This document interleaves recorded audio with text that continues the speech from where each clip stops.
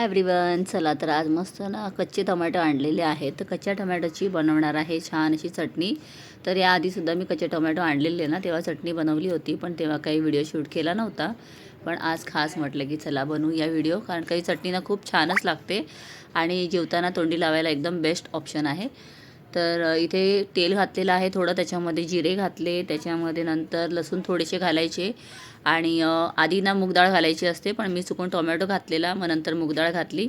चांगलं परतवून घ्यायचं आणि एक 2-5 मिनटं तरी ना त्याला व्यवस्थित हातानेच परतवून घ्यायचं आणि व्यवस्थित परतून झालं की त्याच्यामध्ये कोथिंबीर घालायची.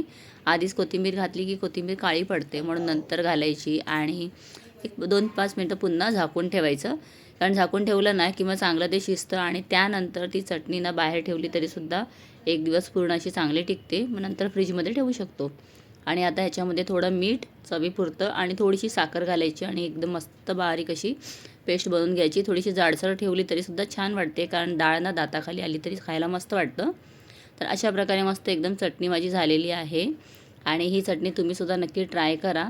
एकदम चवीला मस्त आणि छान वाटते. आणि तुमच्याकडे कोणत्या प्रकारची चटणी तुम्ही बनवता मला ते कमेंट करून सांगा.